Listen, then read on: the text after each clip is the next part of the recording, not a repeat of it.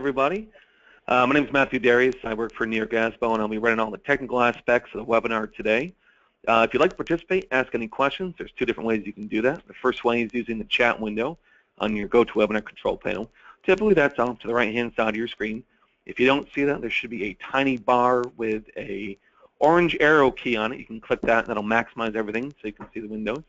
Type your question in there or your comment, and I'll be monitoring that and make sure that gets to the appropriate person. The best way to ask a question is using the question window. Yes, it is literally called questions. Type your question in there. I'll assign that to our moderator today, and he will get that answered for you. So again, you can either just use the chat window, or if you have a detailed question, please feel free to use the questions window. That's the preferred method. So with that out of the way, I'm going to turn it over to Jeff for the introductions. Jeff? Hey, Kimberly, you want to say anything first, or you want me to just roll? Yeah, sure. I just wanted to introduce. Thanks, everyone, for joining. I'm Kimberly Shannon, Deputy Research Director at New York State ASBO. And we are here to talk about budget communications. This is a particularly important topic to me because I used to serve as a communications specialist for Questar 3. And I remember how hard it can be to explain, the nuances of budgeting to your community and how to navigate strategically to foster support for your proposed budget. So we have with us a number of experts: Jessica Schechten, Assistant Director of Communications at Capital Region BOCES; Neil Sanders, Assistant Superintendent for Business at Guilderland School District; and Lita Zuber, Assistant Superintendent for Business at Austin and Union Free School District.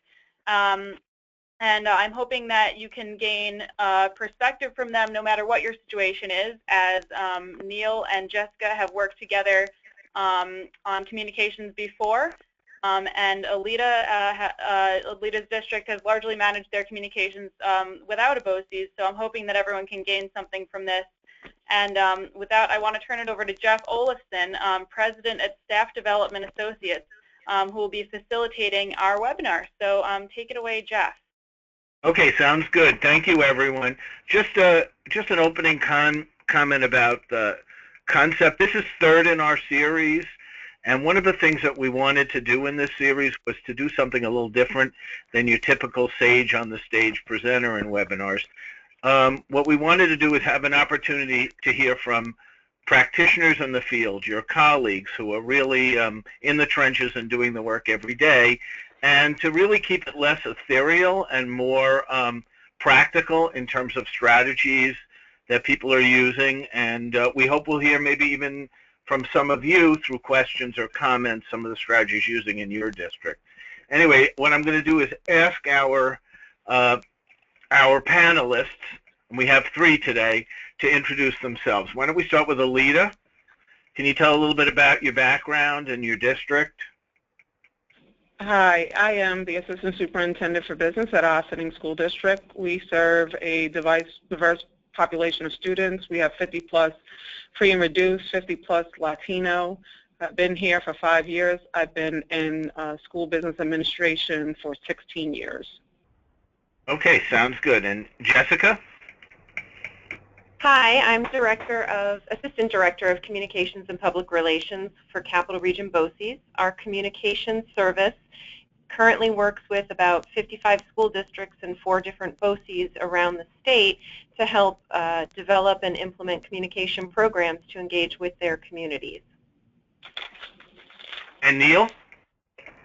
Hi, I work for Gilland Central School District. We're in upstate New York near Albany. It's a suburban school district with about 5,000 students. I've been the assistant superintendent here for about 13 years. Okay, sounds good. Since you were the last to go, you get to be the first with the questions, Neil. Building trust and confidence is so important. What strategies have you used in your district to build public confidence in the budget process? And I know you've worked with Jessica on that. So maybe you can share a little bit. Okay.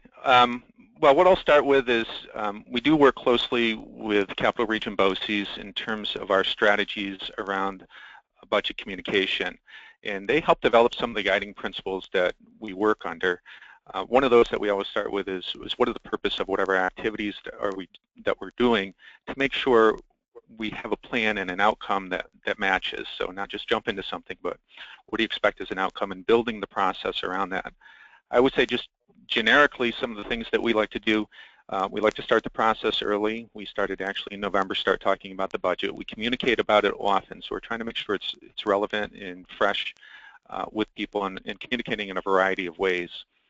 I do think it's important, because the board are elected representatives, that it appears that they're following the process, they're understanding the process, they're asking the questions, that they're intimately involved. So we're giving them information ahead of time so that they're up to speed, so they can understand things at a different depth than the community. And I think that's what the community expects as elected representatives, that if they do the vetting process properly, they can rely on their recommendation to go ahead and adopt a budget. Neil, what are some of maybe early things that you're doing? You mentioned you start very early in the beginning of the process. Well, we start, very first step we do, and that is in November, is we just ask for public input on the budget at one of our board meetings. We set aside a time, we've done it for a number of years, where anybody in the community can sign up and come speak to the board about what their priorities are, what direction the district should take, what's important to them and they think should be included in the budget. So we give them an opportunity right from the get-go, and then at any time during the year we make it very clear that at any board meeting anybody can publicly speak to the budget. So it's not just one opportunity or a couple isolated opportunities. We're willing to accept input at any point during the process. And then we also have some community engagement strategies that we typically do in January and February to try to involve the community more in the budget development process before we finalize decisions and getting their feedback. Could you elaborate a little bit on that, some of the things you do? Sure. We've done a number of things over the years, especially with more difficult budget times. It created more of an interest in the budget. I think one of the things that we did, which was particularly valuable, is we had a community forum where we invited people to come in. We gave them information about things that were under consideration, additions that might be needed to meet mandates or to serve students, as well as reductions, and tried to say, we want you to sit down with other members of the community in small groups, and we did this in a facilitated, moderated fashion through Capital Region BOCES, so I'm sure Jessica can add to that as well. But putting people at a table, mixing them up, and saying, here's the things that the district's struggling with administratively. As administrators, we're struggling. How do we make this work with the dollars that we have? And we can't have it all.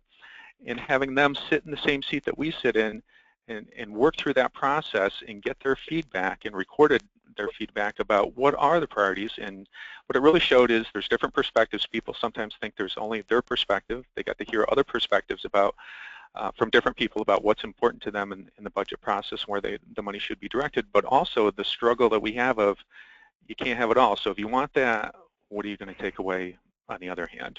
And that's where the difficult conversations come in. Okay, sounds great. Jessica, anything you want to add? I know obviously you have experience with that district, but you're the premier service in the state in assisting districts in communication. So anything you want to share? Well, I'll just add one note about that community conversation model.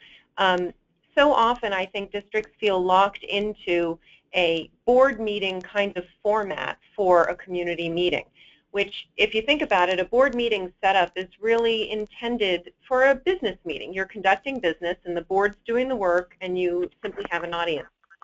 When you're really looking for input from the community, something like the community conversation that Neil described can really be much more useful by mixing people up into small discussion groups, diverse discussion groups. It really is a scenario in which they do the talking and they give the input rather than standing at a microphone and just yelling questions at the board or telling them what they don't like about what the board might be discussing. And as Neil said, even if it doesn't change anybody's mind, it really does give people an opportunity to recognize that the board needs to somehow balance their interests with the interests of their neighbor and that teacher and the taxpayer and the student and everybody else there. And it really is an opportunity, instead of some sort of a debate on the issues, for more of a dialogue where people start to understand where other people come from, and if nothing else, start to understand the real challenge that school leaders face in developing a budget that the majority of the community can support.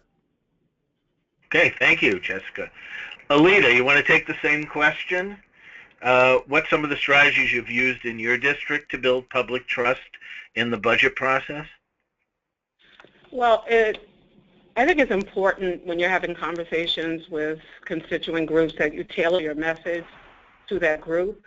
When you want to, I think when people understand something, they're more likely to support it, as opposed to when they really don't understand it, they may not be willing to support it because they don't understand it. So things that I've done in the past, or the district has done in the past, is that we had specific types of groups and we tailored our presentations to them specifically. So we went out into the community and, like, for example, we met with the Chamber of Commerce and talked about the business aspect of our budget, which related to property taxes, and explained to them what the impact would be on their taxes, develop a relationship with them so we can garner support with that group. We actually did the same thing with a taxpayer group that was opposed to the budget and any increases related to the budget. We just explained or listened to some of the questions that they had and tailored our message around those questions. We didn't necessarily garner their support, but we knew what they were thinking, and anything that we thought was relevant in response to their questions, we answered those questions to the whole community. So just in case someone's thinking the same thing, we had a response to it. Alita, I think you bring up a really good point. You may not always change people's minds, but this notion of having a better understanding of how they see things is going to be very, very helpful in communication. Let's go on to our next question. What I heard from all of you already is how important it is to listen to the community, and not just one part of the community, but all of the community, including your critical friends. Can you elaborate a little more on the way you've structured that process? I know, Alita, you mentioned you went out to some of those groups. Maybe Jessica, Neil, you want to share some of the things you've done in terms of reaching out to maybe people who are not supporters? Well, I'll jump in. You know, I think, and actually I think both Neil and Alita have alluded to this, but especially if you're going to have unpopular or bad news for people, and you know that you're going to have opponents out there, or possible opponents, it may seem counterintuitive, but actually get out to them early, so that you, rather than waiting and hoping they don't notice this terrible thing you're going to do to them, because they always notice, and very often they notice in the 11th hour, and then you can't do anything about it. As daunting as it may seem to try to tackle your opponents, the sooner you reach out to them, the sooner you can engage them. And as Alita said, there's a lot of their opposition that may be based on misinformation or misperceptions that they have. And the sooner you engage with them, the more opportunity that you have to get the facts in their hands and make sure they have an accurate understanding. Sometimes they're still going to oppose you, but I think some of the strategies that again can help with that is make sure that you're struggling publicly with the kinds of choices you have to make. School leaders that I know, they don't like having to choose between saving this program or saving that program, or cutting taxes or increasing opportunities. And yet if they do that behind closed doors, people don't get to see that you actually listen and care and understand what the community is grappling with. So the more that you can do some public hand-wringing and let people know that these really are tough choices and none may be ideal, quite frankly, the more that you demonstrate a little bit of that empathy. The other thing I would say is that even with your most ardent opponents, I think really the most important thing to do is to remain patient, to answer all of their questions, no matter how repetitive they may seem. And, you know, quite frankly, when all is said and done, to remember and remind them that reasonable people can and do disagree, but always remain patient.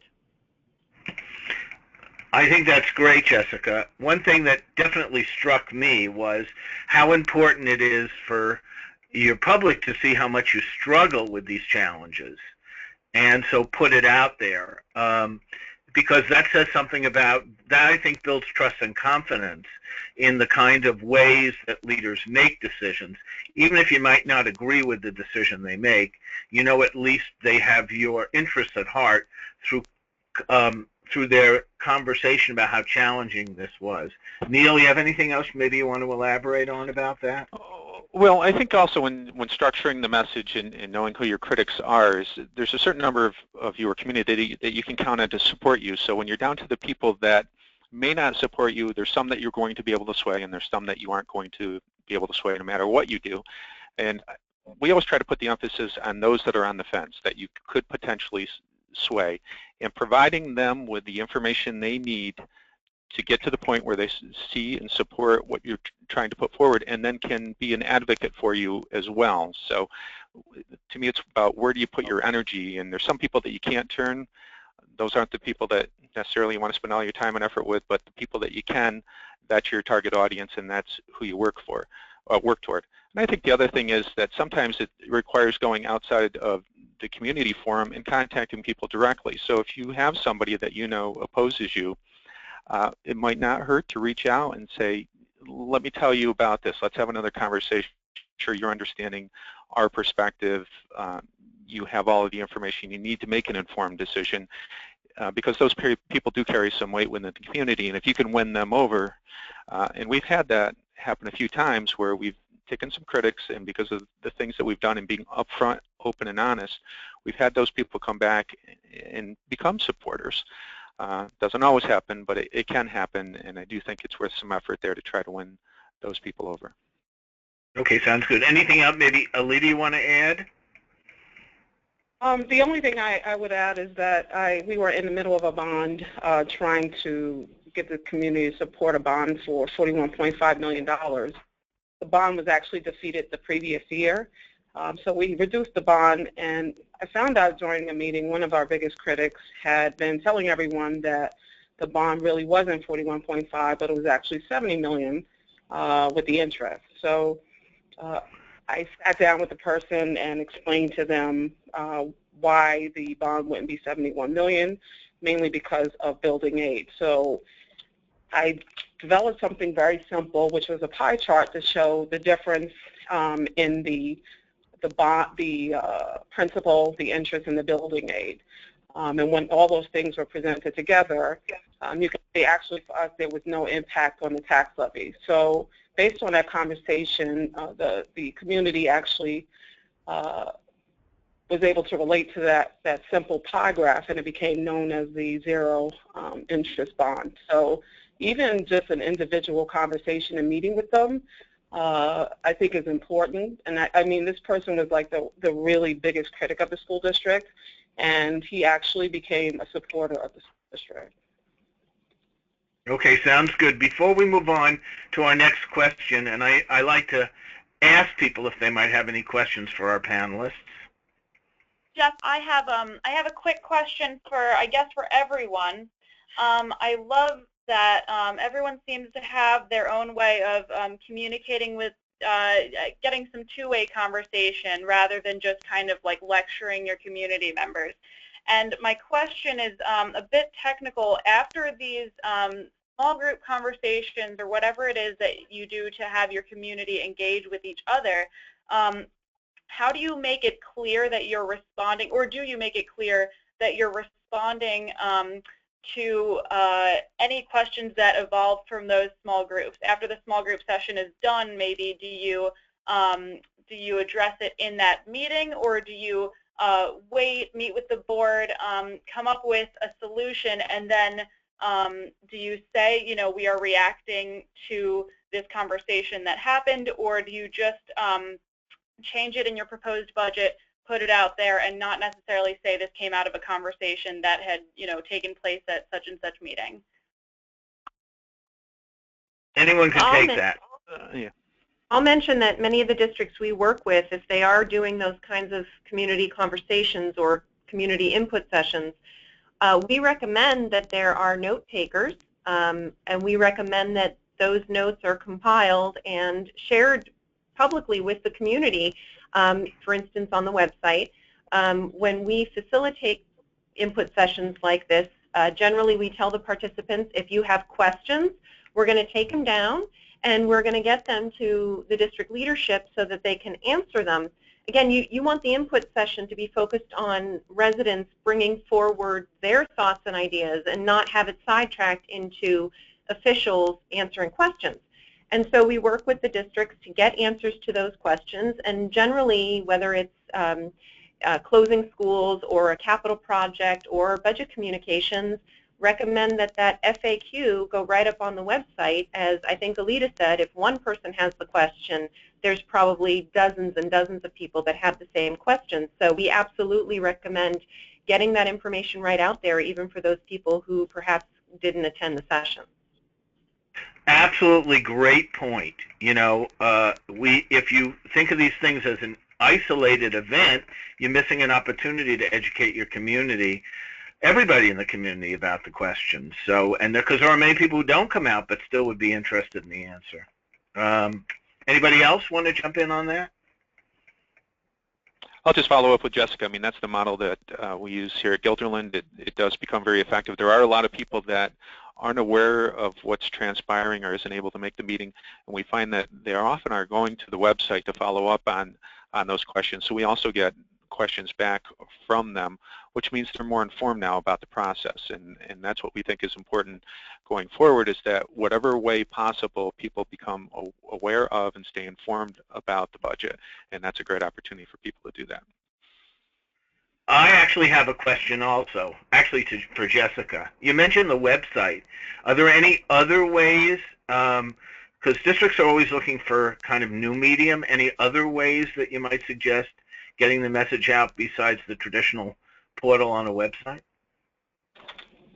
Well, I think this probably isn't news to people, that social media has really taken off, and for districts that have the resources to dive into social media, there are the advantages of social media, even if it's just directing them back to your website, because social media really, when people log on to Facebook, they're there, and if you can be there, rather than asking them to type in the URL to your website, they're going to interact with you more.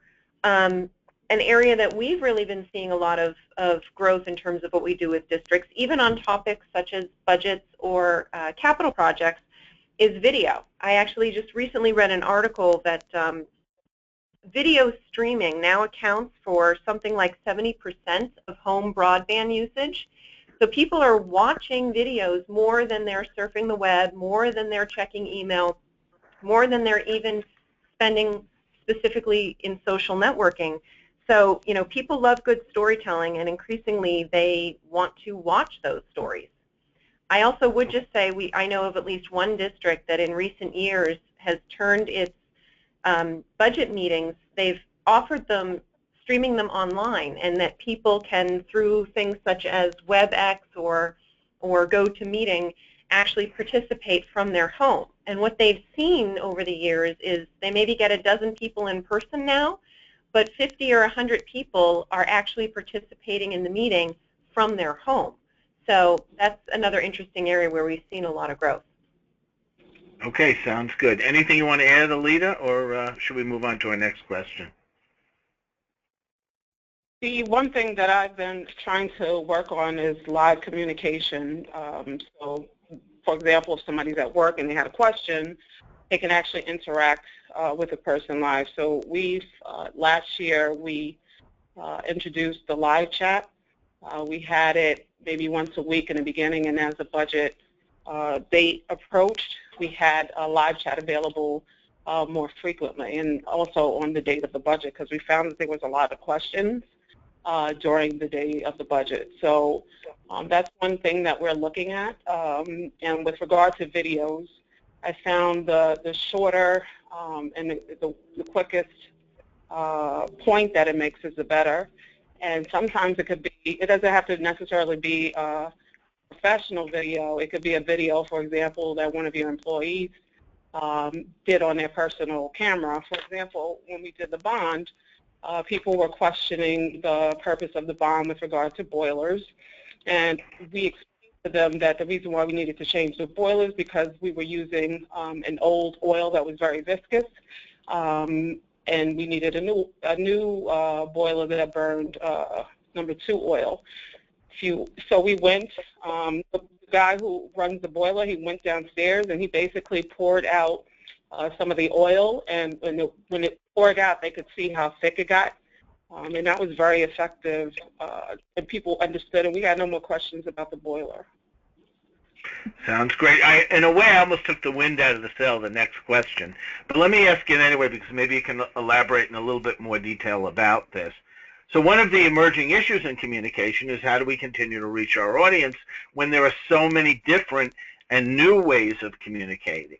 Can you maybe share some of your strategies? I know you shared a few already, but maybe you want to elaborate a little bit more on some things that you're looking at or things that are emerging that people who are not doing now might be able to tap into. We're trying something new this year in our district to engage the community. We've had the community come in the past, and we felt it was getting a little stale. So we're trying an online survey this year. So what we did is created a prelude or video introduction to the process, and we're going to have people go online and weigh the value of different options, either reducing the budget, not incorporating additional costs for things that we feel are needed for next year, taking more out of our fund balance, or challenging the tax cap, and trying to get them to tell us out of those 4 choices, most favored to least favored is one question, and then going back again and saying, how would you weight those 4 categories? So if you have no interest in trying to exceed the tax cap, you would give that a 0, and you may give some other category 50%, and so on. So the total adds up to 100. But so how would you weight each of the priorities? And we're hoping, and with those, we have some video clips embedded so that if people want more information about a particular topic, we've already recorded them through Capital Region BOCES, and we have them out there so that people can get some background information about, if you're talking about the tax cap, what does that mean, how to explain it to them in 60 to 90 seconds, and the same with fund balance and so on, giving them some brief information to make some informed decisions, and then completing the survey. So at the end, hopefully we'll have some sense of the community of what their priorities are, given those 4 options. And we're hoping that people are more comfortable communicating from home and trying to reach them in a way that they prefer to communicate rather than having them come in, because we have seen that dwindle quite a bit over the last couple of years. Okay, sounds good. Alita, anything you want to share?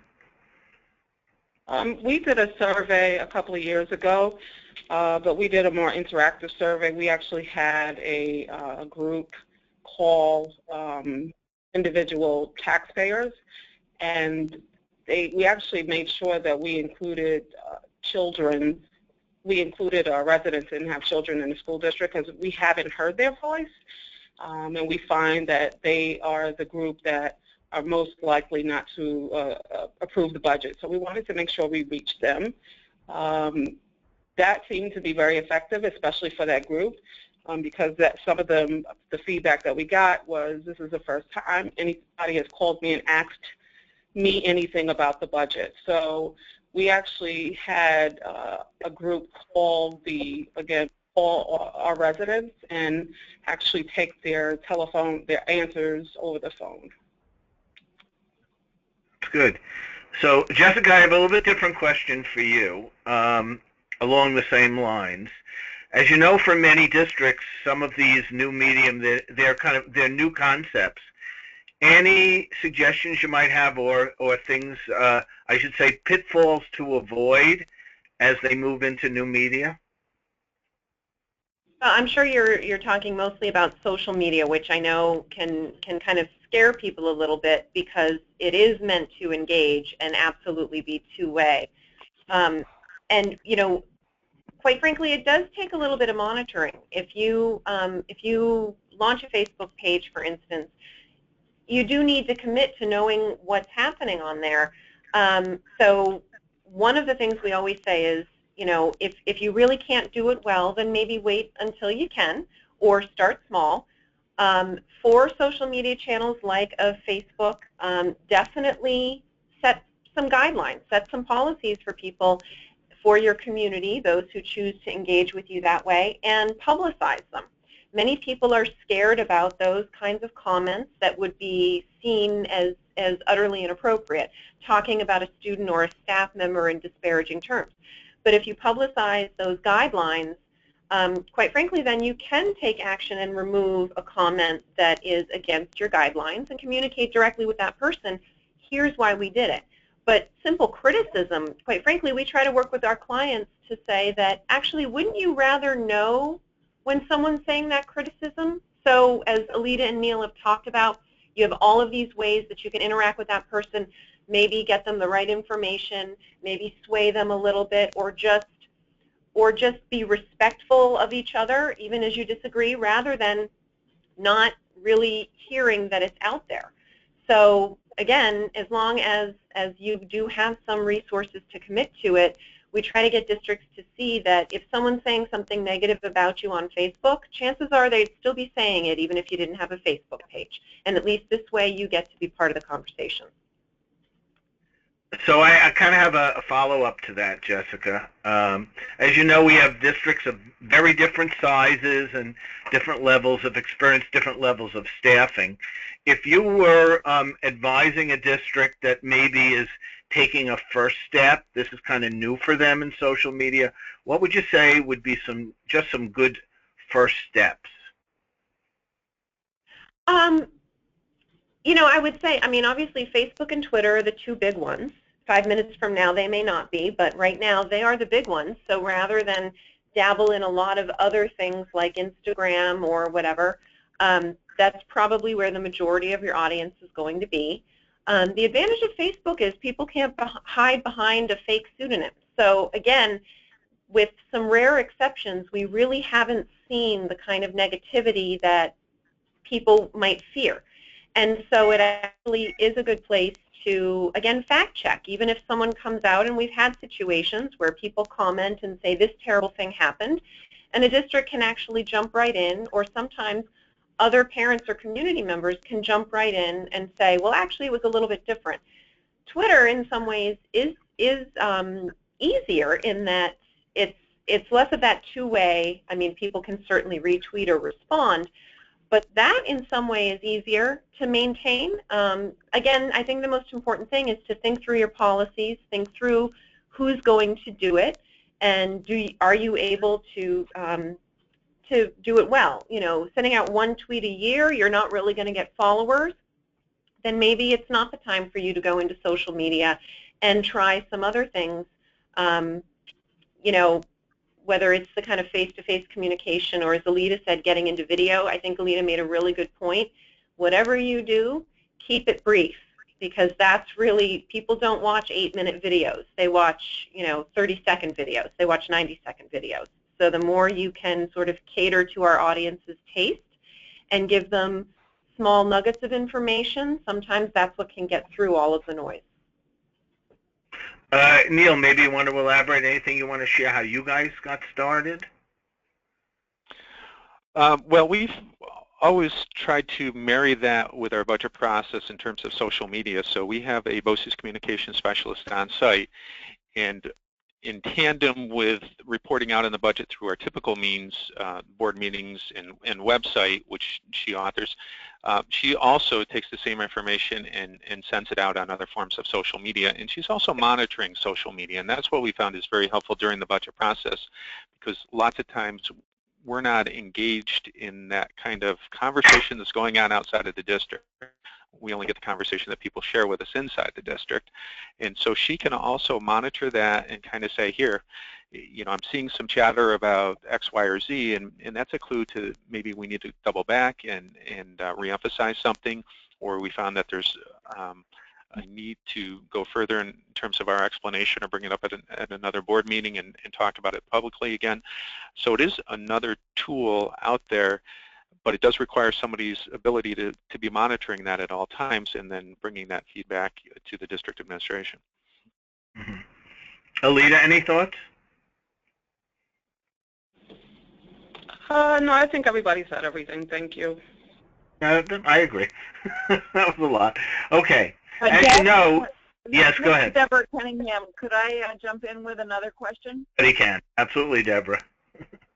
I'm from New Go York, ahead. and these are tremendously helpful suggestions and just a wonderful conversation. But let me throw out a scenario which some districts are going to face this year and get your ideas for what they can do communication-wise. You put your budget up to override the tax cap. As we know, this year the tax cap is all but frozen. So it's not going to take much to override. And it's defeated. You have 1 month to go for the second vote and change this outcome to a positive outcome. What are strategies that you could use to work with your public to get a successful approval in the second vote? Anybody want to take it? I'll jump in with a piece of advice that we really give to all the districts we work with. One of the most, I think, cost-effective things to do a voter exit survey at your first vote. We've suggested that to districts. They decide, nope, we don't need to do that. And then invariably, the day after the budget is defeated, I read the newspaper article and the superintendent is saying, gee, I really don't know what brought down our budget. We think it is fill in the blank. But if you do a voter exit survey, even if you only get 20% of the people who came out to the polls, at least you're getting information from 20% of the people. And, you know, I'm not a statistician. This is, you know, we don't do exit polls like they do for the presidential election where, you know, you're tapping into a perfectly statistically valid model within 1 or 2 percentage points of error. But really, it's just getting a snapshot of what people are thinking, how they voted, and why they voted the way they did. And very often it's the comments that really, at the very least then, as you go back out and your board works on that second vote proposal, you make some decisions. Instead of saying, we're guessing, this is, you know, what people are thinking out there, you can actually point to and say, those who shared their thoughts with us, this is some of what we heard and this is what we're trying to address. And in this day and age of online survey tools, it can be really, really affordable to do a quick voter exit survey. Mm-hmm. Anybody else? You would use this information to then change your budget to show that you're being responsive to your voters, which I think is an important thing. You didn't quite say that, but I think that's where you were headed. Yeah, I mean, as long as they're reasonable requests. You know, sometimes people's comments aren't necessarily something a school district can actually do. But at the very least, then again, I think as the theme has been, you can find out, you know, okay, someone wanted you to sell all your buses. You can explain why that can't be something that you're obligated in education law to transport students. But certainly, if you don't know what tripped up the first budget vote, now at least you can get some insights to that from some members of your community. And if it does influence your thinking, you can tell people, because this is what we heard from some folks. If I can add something, I think a lot of it has to do with how it went down. Was it close? And if you have some data, you know, what was the reason it went down? If it was some of your yes votes didn't come out, you might not want to change your budget at all and simply want to work a little bit more to get out your positive votes. If it's clear there was something that was a concern to people, you need to address it. So I think it's situational. And even the decision of whether to put a budget up again is kind of, you have to look at the situation. Anybody else have anything they want to add on that? I think you've got it covered. Okay. We got any questions from our I should say, the home audience? Jeff, not we found. Yeah, go ahead. I do have a question myself. I think a topic that we have not focused on quite as much is, and I know this doesn't apply to every district necessarily, but I know that a lot of districts choose to do a budget newsletter. And I'm wondering if anyone has any tips for budget newsletters, any particular strategies. Are there any programs that you feature in the newsletter in addition to just explaining your budget? Is there any particular language that you like to use to explain the complicated pieces of your budget? And if you don't do a budget newsletter, is there anything that you feel that serves the same purpose that you also like to use? We do use a budget newsletter in Guilderland. What we try to do is make sure on the front cover we're talking about what is the increase, what's being requested, being very clear about that, and then explaining some of the bigger issues that are part of this year's budget, and trying to get as much information and clarity on those significant changes to the budget. We also try to make sure, well, we do, every year we look at the questions. We have a section where we answer current questions, and that's dependent upon the year and the budget that's being presented. So we try to think of those very carefully in terms of what do readers really need to know, what do they not understand, what can we provide more information about, and put several of those Q&A kinds of information in there. But again, we're trying to tailor it to the particular year and to the particular budget to try to make it as meaningful and relevant for folks. Alita, does your district do a budget newsletter? Yes, we do a budget newsletter, and I think it's important for those citizens that don't get out much and don't come to meetings that they have that document. But what we also do is we kind of take the newsletter and break it down into very concise bulleted points, and we pass out palm cards. I know one of our board members actually goes to the train station and passes out the palm cards, which basically summarizes the budget in and of itself. So he gives it to our commuters as they get on the train. The other thing that we've done in the past is that we developed posters that actually got printed professionally, and we post them on the school doors probably a week or two before the budget, and again highlighting the most important points about the budget, mainly talking about the things that people like in a budget, and reminding them to vote. So those are the different things that we've done as far as print other than a newsletter. Jessica, have anything to add? I know you guys are always on the cutting edge of stuff. Well, there's an old saying in communications that you need to present information for the 30-second reader, the 3-minute reader, and the 30-minute reader. And I think that really applies to budget newsletters. Essentially, it's recognizing that there are those people that are going to skim it and maybe read the first sentence or two of a story. There are others that are going to stick with you and read the whole article. And then there are people that are going to read the article and then go to the website where you said you have more information and go through your line-by-line budget. And I think an effective budget newsletter is one that really recognizes you're trying to cater to all three. So don't make the most salient pieces hard to find.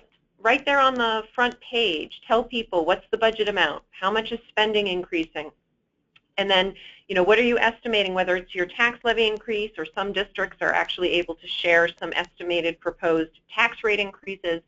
But show that really up front, and certainly have all of the supporting information to explain all of it for those people that do read more. But I really think there's nothing that frustrates a voter more than needing to search for the information that matters most to them. So you want to definitely make it user-friendly, and don't miss the opportunity to kind of show people that return on investment.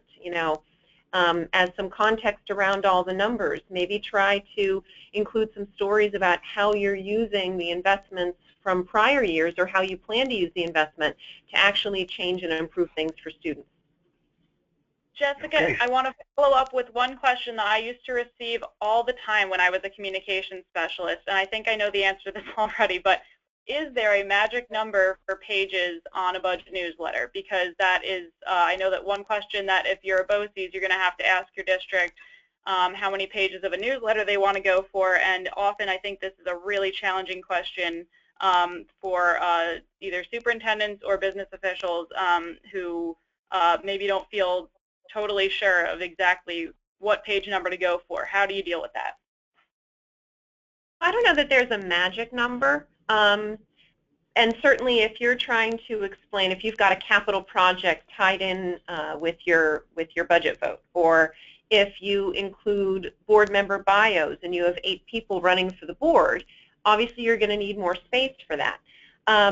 And I do also think that, the culture of the community and what they're used to is important as well. We've got some districts that, they're smaller districts, and they do a 3-panel brochure, and it's done really well, and it gives the salient information, and that works. I guess as far as parameters, what I would say, I think most districts, if you don't have an additional proposition or some unique circumstances, as I said, where you need to give a paragraph on a dozen different board candidates, I think most districts can do an effective budget newsletter in 4 pages or certainly 8 pages, and not more than that. So I actually had a question for Neil and Alita, and it kind of dovetails on something that Jessica brought up. She pointed out that there are different kinds of viewers. The 10-second viewer, the 30-second, and the longer viewer. I guess that would also apply to people that go to budget meetings, that some people want a lot of detail, but some want the thumbnail. Can maybe share a little bit about how you structure those so you're accommodating different types of participants?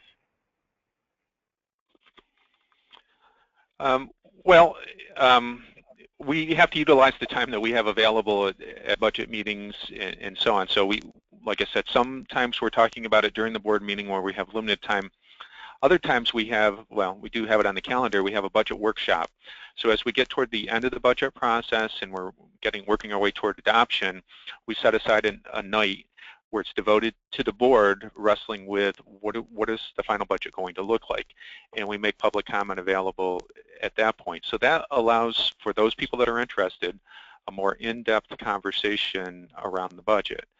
We also released the budget in early March, a full budget, tax rate implications all the way through revenue expenses. So we have it out there for a month, so people can choose to spend as much time or as little time as they want and use the form that's most appropriate to them. We also at the same time are doing a lot of providing a lot of information, additional information on our website. So again, I think it's there in whatever form people want to take it as. We're using social media to get information out as well. So we're just trying to put it out there in a variety of ways that match the style of the person that's seeking the information. Okay, Alita, anything you want to add? With regard to formal budget meetings, we normally have a group of the same types of parents or constituent groups. So it more or less turns into a conversation more than anything else. And with regard to the formal meetings that we have at the board meeting, again, I try to make it as quick and concise as possible. There are usually other items at the board meeting, and some people, they don't want to stay that late. So we also tape live our board meetings, so people can ask questions later if they watch the board meetings, so they see it live. But other than that, I just think you have to be as concise as possible, whether or not you're talking to a group individually, in person, or if you're presenting at the board meeting. Okay, so here's our next question. As you know, each year is unique. I had one business official said he counted his years by the uniqueness of each year, the challenges of each year. What are some of the challenges that you are facing this budget season, and what are you planning to do to address those challenges? I mean, everybody is aware there are some cap issues, but any particular challenges? Well, it could be that one that maybe you want to share in some of the strategies that you're planning for this year. Alita, you want to start? Sure. The strategy related to the tax cap for Ossining School District, fortunately, because we have a very large capital exemption, we're in a place where we certainly would be above 2% for our tax cap. So, of course, people are going to question why our tax cap is 2% while others are 0. And when the tax cap first came out, we worked really hard to find a way in which we can help people understand the tax cap. And as you know, when it first came out, there was a lot of misinformation that was given by the state and the media as well. So we instilled that in our public when the tax cap first came out, and we called it the 5 Fast Tax Cap Facts. And one of the items on one of the 5 was that every school district's tax cap is different. So we kind of instilled that information in them. So right now will be just a revisiting of the PowerPoint or the 5 facts that we talked about. So that's really the biggest challenge for us right now. And we also have foundation aid issues that we're trying to communicate to our constituency, but they also are aware of what foundation aid is, and because we had a forum when we first discussed it. So I think the most important point here is that you start having conversations early with people, especially, and it could be a multi-year conversation. You can't just wait till the budget season, and you also have to be in a position where you're proactive about giving information to people. So 2 years ago, we talked about the tax cap, so we're in a better position as bringing them a reminder. So I think that it will be less difficult for us to explain why our cap is over 2.5% or 2% as opposed to 0. Neil, you want to take that one, Neil or Jessica? I know you work as a team. Yes, I can tell you what we're doing. The challenge is really this year on the tax cap side is we do have some tax-based growth that's adding to that, but it's still we're about 1.4%. So I think this year it kind of brings home the opportunity when we're really talking about the problems with the tax cap and the CPI being able to get to 0, and in the absence of any tax-based growth, we would be in a dire situation. But really to use that as a forum to talk to people about when would you be comfortable and willing to override the tax levy limit. And that survey instrument, really, I think out of all of that, the key thing is to get some community reaction about that. This is our best opportunity to talk about it over the last 4 years now that we've had the tax cap, to really say we could realistically be having that conversation, and we just don't have that good handle on the community's perspective on that. Is that doable? Is it achievable? Are people going to resent that and turn the other way? So we're using that survey tool that I talked about and trying to get them not only to say where is it on the ranking of things that you would do, but how much weight. Is this something you would never ever consider? Or maybe people say, yeah, it's time you need to start looking at that being an option if they're going to continue to be flaws with the tax cap scenario, especially around the CPI. So we're trying to use that. We're trying to use the survey as a gauge of that this time around. Jessica, anything you want to add? I would just add that I think present company accepted, I think probably as Deborah Cunningham mentioned, a lot of districts will have to look at the possibility and maybe presenting budgets that do require the 60% voter approval. And, in many cases, the districts that we've worked with that have gone for that override, their actual tax levy increase in some cases has been less than 2%. They've been in a situation due to other factors where, raising taxes just 1% or maybe even just keeping the tax levy flat requires the 60%. And one of the things that we've seen in a lot of those cases is supporters of the school district saw a 1% increase and thought, well, this is easy, this is going to pass. And yet a lot of people hear the override and don't look at the details and assume the worst. And so people weren't coming out to vote, and that first vote failed, and the supporters were then saying, geez, I wish I had realized you needed 60%. So I do think while we all know this and we think it's out there, I think the recognition that the larger community doesn't necessarily stay up to date on all these nuances, one of the most important things to keep in mind is that there's a lot of people that don't know that voter threshold is higher when you are exceeding the cap. And while schools aren't legally allowed to target voter turnout, it just makes your overall general get out the vote efforts that much more important if you are looking for 60% voter approval. Okay, sounds good. So this is our last question. We always like to ask, since we have people with a lot of knowledge and experience, is there any final advice they would give their colleagues especially the ones starting out. As you know, we have people who are in various stages of their careers. If you were a new SBO, what would be some advice maybe you would give people as they approach this budget communication challenge? Neil? I think one of the key things is really not to just be the person that generates the numbers, but have a broader understanding of the implications of those numbers and be able to speak to it. And that requires a lot of extra time and effort to be familiar with programs and services and instructional methodologies, special education, things like that. I, in this district, am very fortunate because I am included in all of those conversations, which again requires a lot of time, but it does make me much more knowledgeable about why we need resources directed to certain areas and how it's impacting children, programs, services across all of our departments. So I would say learn as much as you can about what it really means to educate children, how that happens, and how resources need to be directed to meet those needs. And Alita, your advice? I think it's important to be careful with numbers as far as what you tell the public, because in my opinion, they only hear the first thing, and you don't have too many opportunities to tell them the second thing, especially when it comes to a budget percentage increase or a tax levy increase. The other thing I would say is that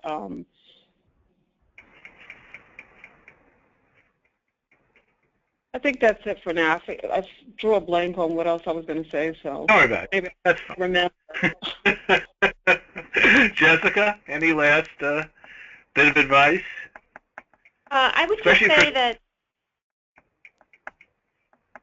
say, one of the things that piece of advice we always give is don't forget to sell the problem. Very often we want to jump to being those problem solvers who have a solution that we want to go out there. So we kind of do all of this thinking and then we announce what our solution is. Or in this case, you spend all of your time communicating once you have a proposed budget. But that's always the more difficult thing, getting everybody to agree on that one solution or that course of action. And very often it's because they don't know what the problem is and they don't know that there actually is a problem. Why do you need to make cuts? Or why do my taxes have to go up? It's because you forgot to walk them through the fact that you're not getting an aid increase and yet costs are going up or whatever the problem is. And that's really what you can focus on when you're getting out early, when you don't have all those numbers yet, or as Alita said, you need to be cautious. They're very preliminary numbers, what a tax increase might be. That's part of the solution already. So really talk about the problem, what your dilemma is. And I think this year we're going to see districts with lots of different circumstances creating their budget scenario for them, whether it is, the districts that are much more dependent on aid and it's not coming for them, or those that don't have any tax-based growth, or capital project exemptions, or whatever it may be.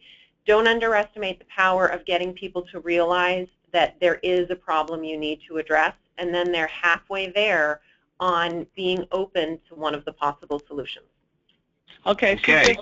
She just jogged my memory. The thing that I agree with her on is that you have to tell the story about the issues that are glaring in the budget. For example, we are seeing an increase in transportation costs, significant increase, so we have to understand and educate the community about why that's happening. And we know that's happening because our special ed costs are going up, so we have more students needing private transportation. But the other thing that I think is important is to remind people what you've done well. So don't let them forget that you cut $2.5 million out of your health insurance costs and that you continue to identify more efficiencies. Update any savings that you've done in the past so that it reflects additional savings if that occurs. One thing we used was the efficiency rebate that the governor gave the taxpayers, and we reminded them during that time period, like December, January, that their tax rebate checks were coming out, and of course explained how they would qualify. But we said we did this because you're getting this because the state approved our efficiency plan. because most people don't understand why they're getting the check. But we said that because we're efficient and also we stay under the cap. So don't forget to talk about the things that you've done well. Even though you've talked about it in the past, you should find an opportunity to provide updated information. Okay, well, we're a little over the hour, but we started a couple minutes late. I would like to ask any questions from the folks in the home audience or in the work audience, actually. I assume people are calling in from work before we wrap up. We don't currently have any Okay. questions. What? Go ahead. Was there a question or no questions? No questions. No questions. Okay. Well, it was such great advice, I wouldn't have had any questions either. Well, I want to thank everyone for participating in this webinar. Can you maybe, Deborah, tell us what the next one is up, if it's been scheduled, or? Matt, what do we have coming up after this one? Well, we have an excellent slate of programming coming up here in the coming months. We have some accounting workshops coming up across the state. We have the Moving the Business Office to Google series coming up. And we have a hot topic on the Smart Schools Bond Act facility update with Carl Thurno. That's on February 16th. And we have tons and tons of stuff this spring, so head to our website, nysasbo.org, click on events, and you'll see the whole giant list right there. And I want to thank our participants for a very engaging conversation on a challenging topic. Thank you, and have a wonderful day.